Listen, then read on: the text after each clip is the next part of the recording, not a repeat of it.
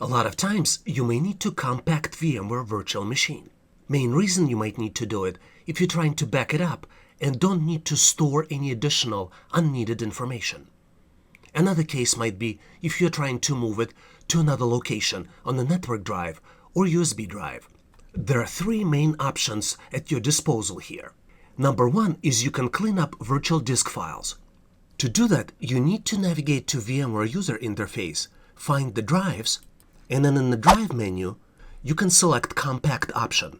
For some drives, it might be quick. For other drives, the process might be quite lengthy. If you took snapshots of the virtual machine, your other option of compacting virtual machine might be to delete snapshots.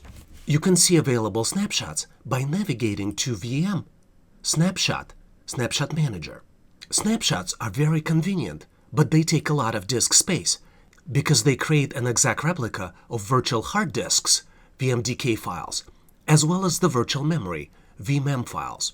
You can easily delete VMware Snapshot right inside the Snapshot Manager. To do that, you right-mouse click on the snapshot and select Delete. And last but not least option of compacting VMware virtual machine might be creation of the clean clone. Please consider subscribing to this channel.